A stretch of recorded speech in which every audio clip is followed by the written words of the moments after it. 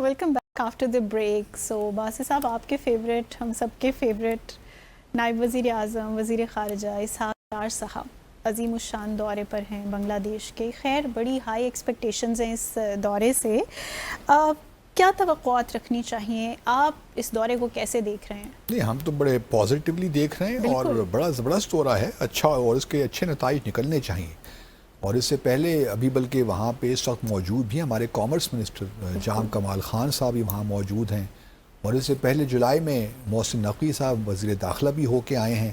تو مجھے خوشی ہے کہ جس طرح ہم نے 5 اگست 2000 پچھلے سال جب یہ ریولوشن آیا تو ہم نے یہی کہا تھا کہ فوکس آپ کریں نان پولیٹیکل ایشوز پہ، ٹریڈ بڑھانے کی باتیں کر رہے ہیں، انویسٹمنٹ کی باتیں کریں، پھر چیزیں خود بخود ہو جائیں گی. اور مجھے یہ خوشی ہے کہ ہم ایک لحاظ سے بڑا کمپریہنسولی آگے بڑھ رہے ہیں. لیکن بھارت کو بہت تکلیف ہونے جا رہی ہے. بھارت کو تکلیف تو ہوگی، کیونکہ جہاں ہم ٹریڈ انویسٹمنٹ کی باتیں ہو رہی ہیں وہاں پہ اب تھوڑا بہت دفاعی تعاون کی باتیں بھی ہو رہی ہیں، یہاں تک کہ JF-17 کی خریداری کی باتیں بھی ہو رہی ہیں.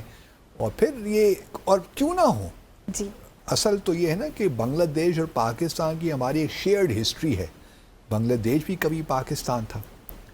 چلیے بنگلہ دیش الگ ہو گیا، الگ ملک بن گیا، لیکن ہمارا ہم تاریخ شیئر کرتے ہیں. ہم نے ایک ساتھ مل کر جدوجہد کی، ایک نئے ملک کا قیام عمل میں آیا نظریاتی بنیادوں پر.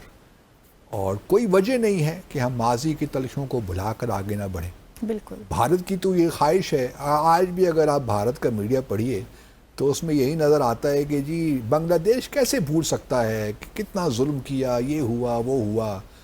تو ان کو کریکٹ کرتے ہیں نا کہ بنگلہ دیش بھولا نہیں ہے جو ہوا ہے، صرف یہ ہے کہ وہ اویئرڈ ہو گئے ہیں کہ یہ سب کچھ کس نے کروایا، ہماری بھی کچھ غلطیاں ہیں، میری تھیں اس ماضی میں، لیکن غلطیاں ہوتی ہیں قوموں سے. لیکن اب یہ نہیں ہے کہ ہم اس تاریخ میں بس اس میں جڑے رہیں. اس تاریخ سے سبق سیکھتے ہوئے ہم آگے بڑھنا چاہتے ہیں. ماضی کی تلخیوں کو بھلا کر مستقبل کی جانب دیکھنا چاہتے ہیں. صرف اتنی سی بات ہے.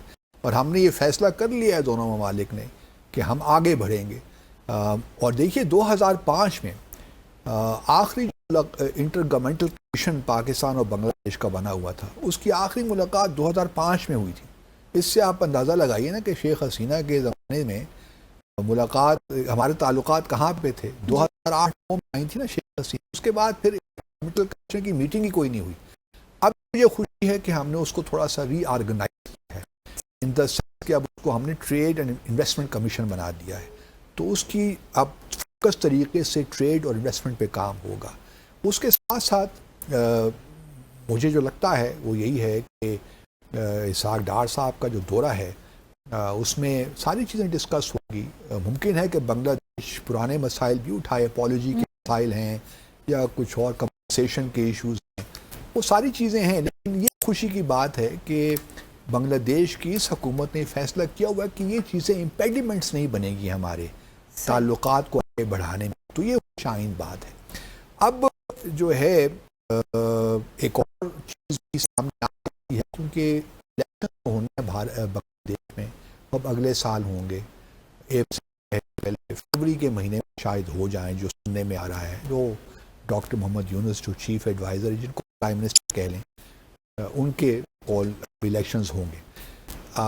یہ بھی اچھی بات ہے کہ پرائم منسٹر جو ہیں وہ صرف انٹرم گورنمنٹ سے بات چیت نہیں کر رہے، بلکہ ان کی شاید ملاقات جو بنگلہ دیش نیشنلسٹ پارٹی ہیں، ان کی جو خالدہ ضیاء صاحبہ ہیں، ان سے ملاقات ہے.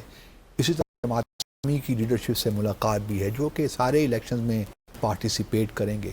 تو چونکہ اگلے آنے والا سیٹ اپ بڑا امپورٹنٹ ہے، اور پھر ہمیں ابھی سے ہی کام کرنا چاہیے کہ انٹرم سیٹ اپ تو ختم ہو جائے گا نا.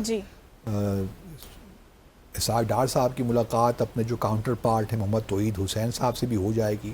لیکن یہ اچھا ہے کہ ہم الیکشنز پوسٹ الیکشنز بھی دیکھ رہے ہیں، تو ان سے بھی ہمیں، کیونکہ یہ سارے تعلقات جو ہیں ان کو ہم نے آگے لے کر چلنا ہے.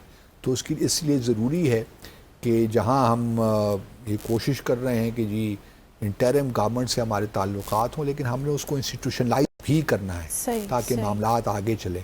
اور پھر یہ بھی یاد رہے کہ سارک ایک بہت بڑا ایشو رہا ہے. سارک بنگلہ دیش کا انیشیٹو تھا کے زمانے میں, تو اس کو بھی ریوائیو کرنے کی باتیں, لیکن میرا خیال میں اس پہ زیادہ توجہ نہیں دینی چاہیے, اتنا وقت اس پہ ضائع نہ کریں. ملٹری انٹیلیجنس کوآپریشن میں تھوڑا بہت ایمفیسس ہونا چاہیے, اور جو ہم پہلے بھی بات کرتے ہیں نا کولیکٹیو سیکیورٹی انیشیٹو کی, اس کو بھی کہیں نہ کہیں ڈسکس کرنا چاہیے. پاکستان اور بنگلہ دیش اور کسی حد تک ترکی, 3 ممالک ایسے ہیں جو کہ فاؤنڈنگ ممبرز ہو سکتے ہیں اس انیشیٹو کے. مسلم دنیا کی ہم سوچ رہے ہیں, بات کر رہے ہیں, لیکن آغاز انہی 2-3 ممالک سے ہوگا, اور شاید بنگلہ دیش اور پاکستان ہی اس کی بنیاد رکھیں. اور یہ بڑا امپورٹنٹ انیشیٹو ہے اگر اس پہ کام ہو جائے.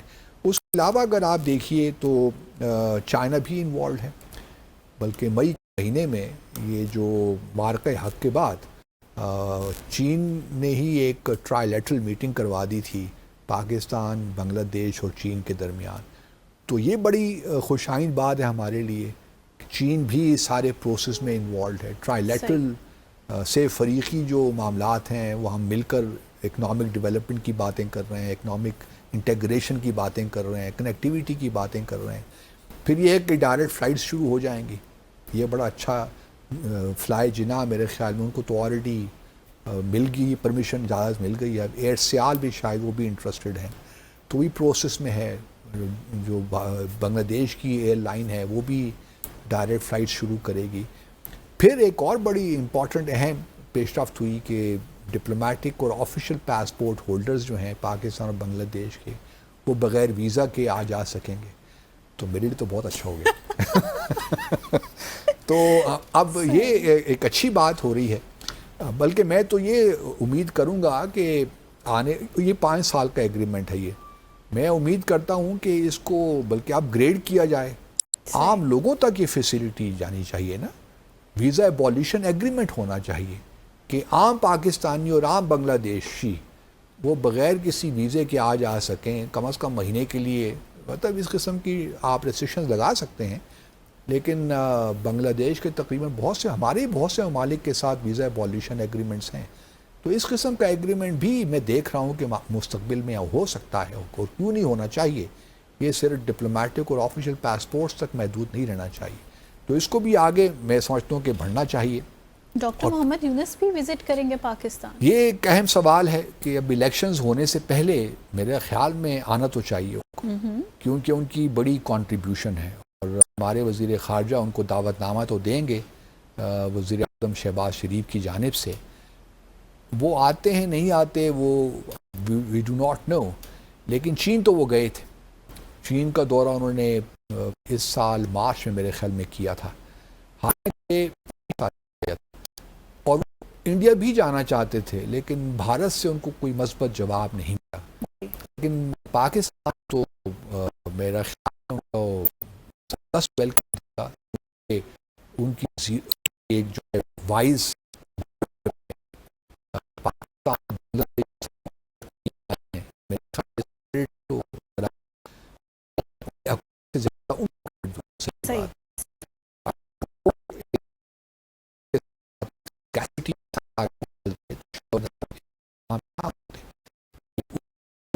آتا ہے. اور پھر جو ہے ہمارے ہاں بھی اور بنگلہ دیش میں ان کو ایسے